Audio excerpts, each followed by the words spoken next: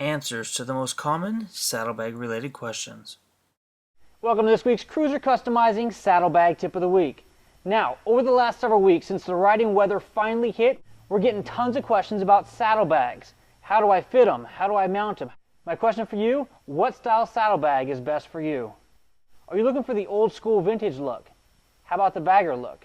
Are you looking for economy, vinyl, leather, hardbags? There's a bazillion options out there, so today we're going to cover a couple of the key elements you need to think about before choosing which bag is best for your ride. Now, the number one thing you've got to take a look at when you're choosing a saddlebag is, will it fit?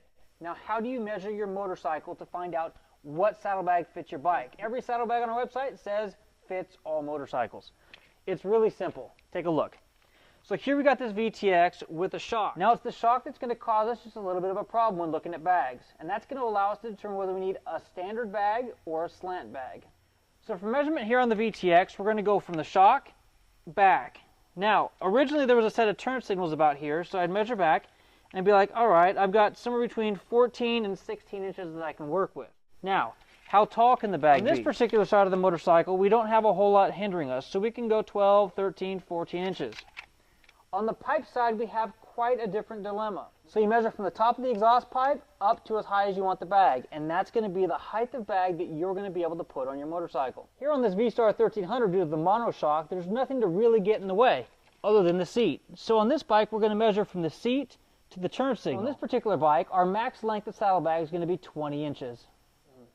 So that covers your length and height. The other dimension on just about every saddlebag out there is going to be the width. How wide do you want that saddlebag, and how wide do you want the rear end of your motorcycle?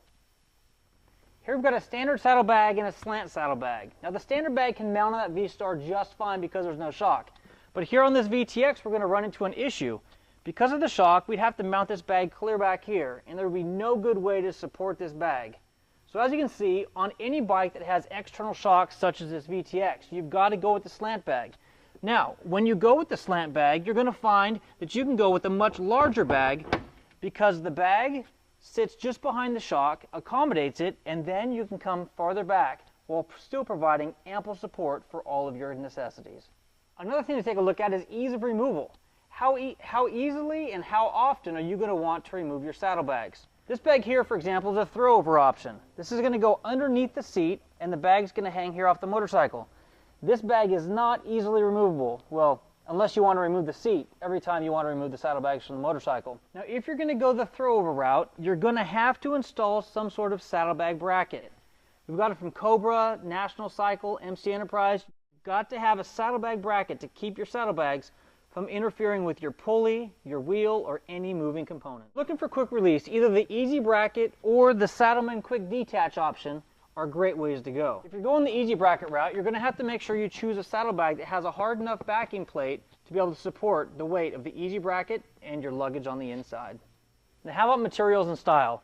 Here we've got a synthetic saddlebag from Willie & Max. This bag retails for right around the $130 to $150 range. Where next to it is leather. These are both throwover bags, but this bag here is going to retail for the mid-400s. What will be the features and benefits of going leather versus synthetic? Number one, wear. The leather bag will last roughly the lifetime of your motorcycle, while the synthetic bag may tend to fade and crack over a period of time. The leather you can condition with any normal leather cream and leather polish. The downside to the leather bag is the fact that it's going to be water resistant, not necessarily waterproof, where most synthetic bags are going to be able to shed way more water than a leather bag. So there you've got it. The key to any saddlebag installation is first measurement and second style. Throwover versus bolt-on, leather versus synthetic, the choices are yours and the options are limitless. Thank you for watching this Cruiser Customizing Saddlebag Tip of the Week. Until next week, take care and ride safe.